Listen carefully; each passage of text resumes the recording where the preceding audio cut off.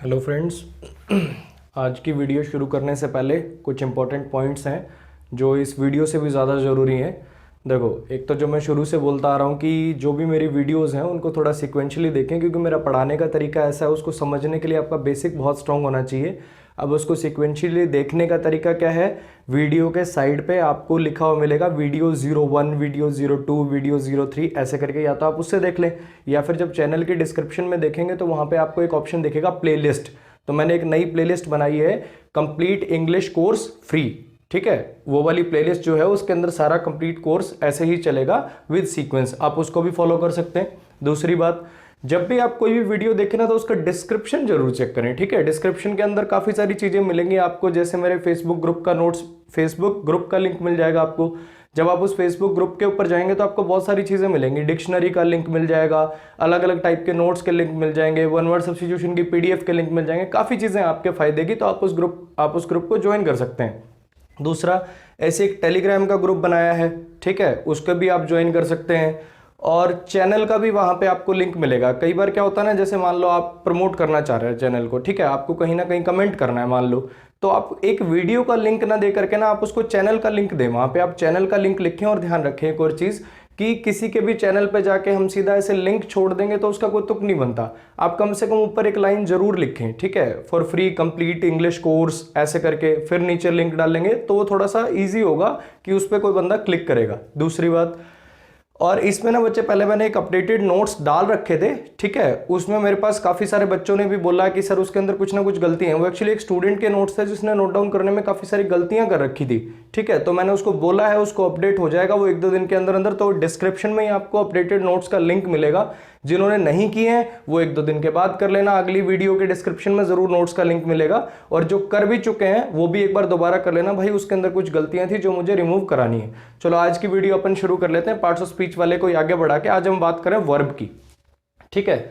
Verb, जैसा कि मैंने आपको पिछली वीडियो के अंदर बताया था, वर्ब एक ऐसा वर्ड होता है जो एक्शन को रिप्रेजेंट करता है, कार्य को रिप्रेजेंट करता है, और इसकी 3 फॉर्म होती हैं। 3 फॉर्म का मैंने आपको लॉजिक भी दिया था, क्योंकि 3 फॉर्म से टेंस बनना है और टेंस से टाइम डिफाइन होना है। और हमें जो भी आपका स्पीकर होता है या जो भी आपका राइटर होता है वो 2 ही इंफॉर्मेशन दे रहा होता है कि क्या हुआ और कब हुआ। क्या हुआ हमें पता चलता है वर्ब से, और कब हुआ हमें पता चलता है टेंस से।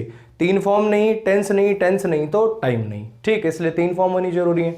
अब वर्ब ना बेसिकली इंग्लिश ग्रामर में 3 काम करती है, डूइंग को रिप्रेजेंट करना, बीइंग को रिप्रेजेंट करना और हैपनिंग को रिप्रेजेंट करना, ठीक है जी। अब इनको एक एक करके समझते हैं।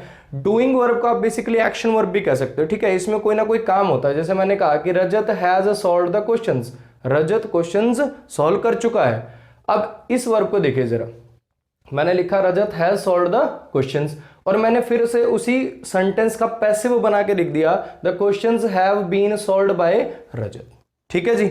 इनमें आपको पता चल रहा है कि काम हो रहा है। क्या काम हो रहा है जी? क्वेश्चंस को सॉल्व करने का काम हो रहा है, यानी कोई एक्शन हो रहा है, ठीक है जी। अगली बात, Kunal went to Delhi yesterday, Kunal Delhi चला गया कल, इसमें भी काम हो रहा है। अब देखिए यहां पे एक बात है नोट करने की बहुत ही जरूरी। मैं क्या कह रहा हूं कि वर्ब का जो ऑब्जेक्ट होता है ना, वर्ब का ऑब्जेक्ट होना जरूरी नहीं है, ठीक। अब आगे चल के थोड़ा और डिटेल में पढ़ेंगे कि कब वो जरूरी ही होता है, कब वो कभी नहीं होता है। अब देखो यहां पे वर्ब का ऑब्जेक्ट नहीं आया, क्यों? आप जानते हो, जैसा आपको ब्रेक करना सिखाया, ये वर्ब है, ये सब्जेक्ट है, ये प्रेपोजिशन है, दिल्ली इस प्रेपोजिशन का ऑब्जेक्ट है, और ये यस्टरडे बच्चे एडवर्ब ऑफ टाइम होता है, ठीक है। आगे की क्लासेस में आप जान जाओगे एडवर्ब कैसे हुआ और एडवर्ब ऑफ टाइम ही क्यों हुआ।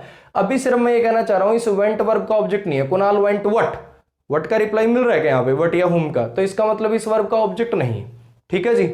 ऐसे ही ये भले ही पैसिव में है, इस वर्ब को ऑब्जेक्ट नहीं मिला, क्योंकि ये रजत तो क्या है, बाय प्रीपोजिशन का ऑब्जेक्ट है। यानी ये जो डूइंग वर्ब होती है ना, जो एक्शन वर्ब होती है, इसका ऑब्जेक्ट हो भी सकता है और नहीं भी हो सकता, ठीक है जी। ये एक्शन को रिप्रेजेंट करती है। दूसरी टाइप की वर्ब हमारे पास है बीइंग, जो बीइंग को रिप्रेजेंट करती है, कोई किसी का कोई चीज हो जाना।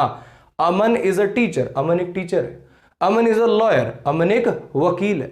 शी इज वेरी स्मार्ट, वो बहुत स्मार्ट है। किसी का कुछ हो जाना, बच्चे बीइंग में ना कभी भी कोई काम नहीं होगा, ध्यान रखना।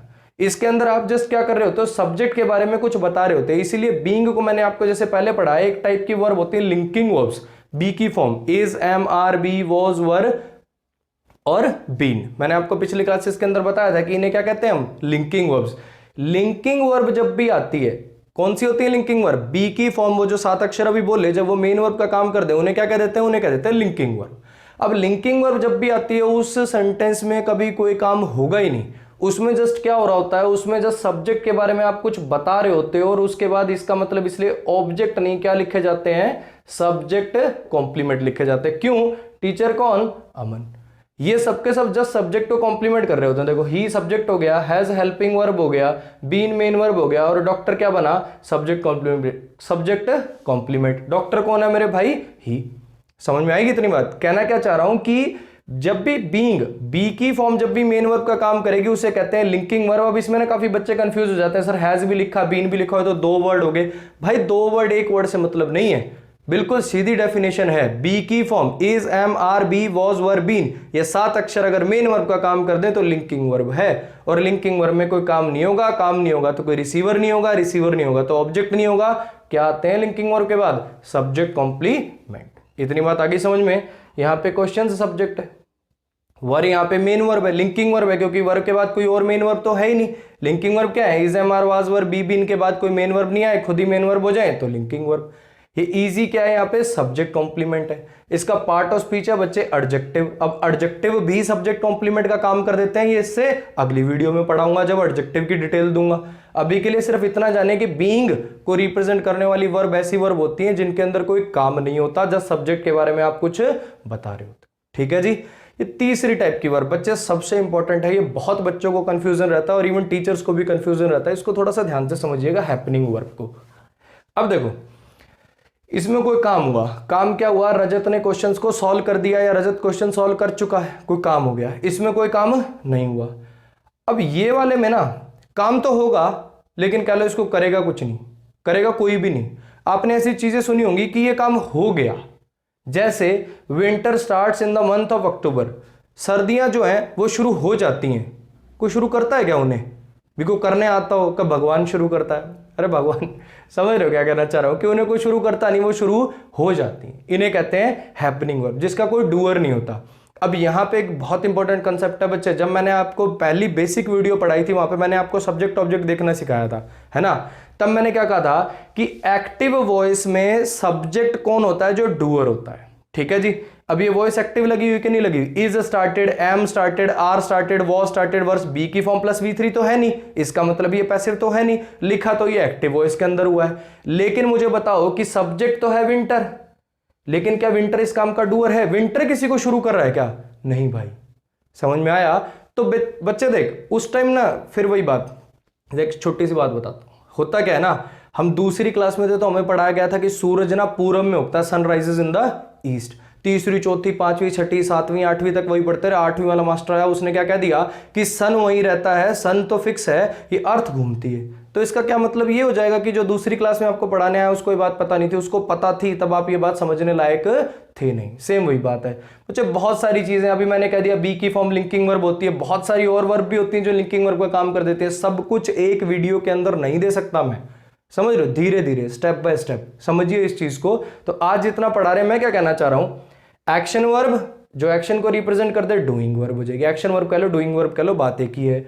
जिसमें कोई काम नहीं हो, बी की फॉर्म आ जाए, लिंकिंग वर्ब आ जाए, वो बीइंग को रिप्रेजेंट करने वाली वर्ब हो जाएंगी। तीसरी टाइप की हैपनिंग वर्ब, काम तो होगा लेकिन इसमें ऐसा होगा जिसको कोई कर नहीं रहा होगा। काम हो रहा है शुरू होना लेकिन कोई कर नहीं रहा। सर्दियां शुरू हो गई, अब बॉल है, मान लो किसी प्लेयर ने शॉट मारा, ठीक है, वो बॉल चलती चलती चलती चलती भाई कभी ना कभी तो रुकेगी ना अपने आप भी, घास की फ्रिक्शन से या जैसे भी रुक गई बॉल, जो है वो रुक गई। Ball at a distance of 100 metres रुक गई।